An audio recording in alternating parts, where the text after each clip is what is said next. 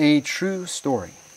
On a cold day in winter, a lad stood at the outside door of a cottage in Scotland. The snow had been falling very fast, and the poor boy looked very cold and hungry. "Mayn't I stay, ma'am?" he said to the woman who had opened the door.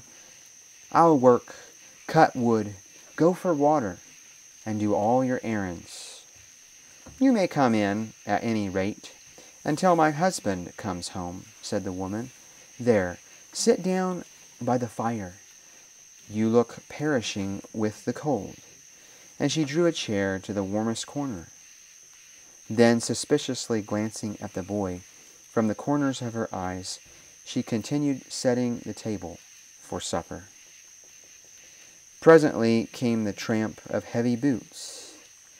The door swung open with a quick jerk, and the husband entered, wearied with his day's work. A look of intelligence passed between his wife and himself. He had looked at the boy, but did not seem very well pleased. He nevertheless made him come to the table, and was glad to see how heartily he ate his supper. Day after day passed, and yet the boy begged to be kept until tomorrow. So the good couple, after due consideration, concluded that so long as he was such a good boy, and worked so willingly, they would keep him. One day, in the middle of the winter, a peddler, who often traded at the cottage, called, and after disposing of some of his goods, was preparing to go, when he said to the woman, "You have a boy out there splitting wood, I see," pointing to the yard. "Yes. Do you know him?" "I have seen him," replied the peddler. "Where?" "Who is he? What is he?" "A jailbird." And the peddler swung his pack over his shoulder. "That boy, young as he looks, I saw in court myself, and heard him sentenced 10 months. You do well to look carefully after him." Ooh. There was something so dreadful in the word jail. The poor woman trembled as she laid away the things she had bought of the peddler. Nor could she be easy till she called the boy in and told him that she knew the dark past of his history. Ashamed and distressed, the boy hung down his head. His cheeks seemed bursting with hot blood, and his lips quivered. "Well," he muttered, his frame shaking, "there's no use in my trying to do better. Everybody hates and despises me. Nobody cares about me or trusts me." "Tell me," said the woman, "how came you to go, so young, to that dreadful place? Where is your mother?" "Oh," exclaimed the boy, with a burst of grief that was terrible to behold. "Oh, I hadn't no mother, ever since I was a baby."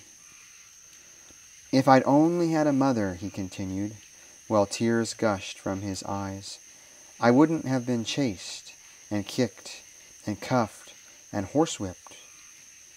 I wouldn't have been saucy and got kicked down and ran away and then stole because I was hungry. Oh, if only I had a mother." The strength was all gone from the poor boy, and he sank on his knees, sobbing great choking sobs, and rubbing the hot tears away with the sleeve of his jacket.